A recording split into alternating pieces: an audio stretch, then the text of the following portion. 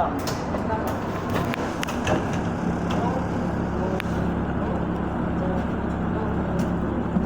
тут беречь потом будет, да? Намордник обязательно. А сейчас одену, спасибо. Идем. Це ж я родила.